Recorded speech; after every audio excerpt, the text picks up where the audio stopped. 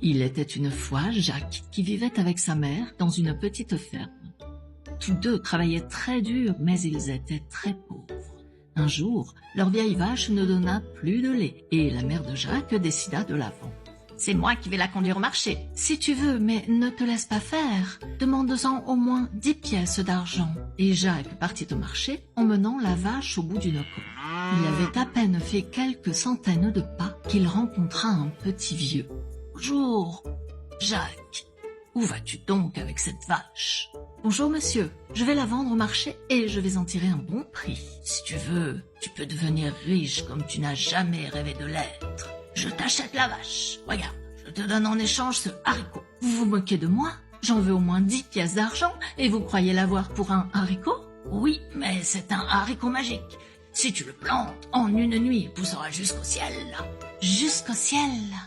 Il était émerveillé à l'idée de posséder une plante magique et déjà il imaginait les voisins et tout le village qui défilaient dans son jardin pour admirer le haricot géant. Alors Jacques vendit sa vache pour un haricot et s'empressa de rentrer à la maison très content de lui. Inutile de dire qu'après avoir expliqué à sa mère la bonne affaire qu'il venait de réaliser, il perdit vite son air triomphal. « Âne, sot, niais !» Sa mère le traita de tous les noms et finit par s'effondrer sur une chaise en pleurant comme une fontaine. Très contrarié de faire pleurer sa mère, Jacques jeta le haricot par la fenêtre et se mit à pleurer lui aussi. Après une bien triste soirée, il alla se coucher le cœur gros. Le lendemain, il se leva le premier et se précipita à la cuisine pour préparer le petit déjeuner de sa mère. Mais impossible d'ouvrir les volets. Il sortit voir ce qui les coinçait.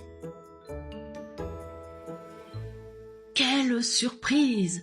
Un énorme pied de haricot montait contre le mur et poussait si haut que la tige se perdait dans les nuages. Sans hésiter, Jacques commença à grimper de branche en branche, de feuille en feuille. Il grimpa, grimpa, grimpa, encore plus haut, jusqu'au ciel. Puis il suivit une route au milieu des nuages et finit par arriver devant un château qui semblait inhabité.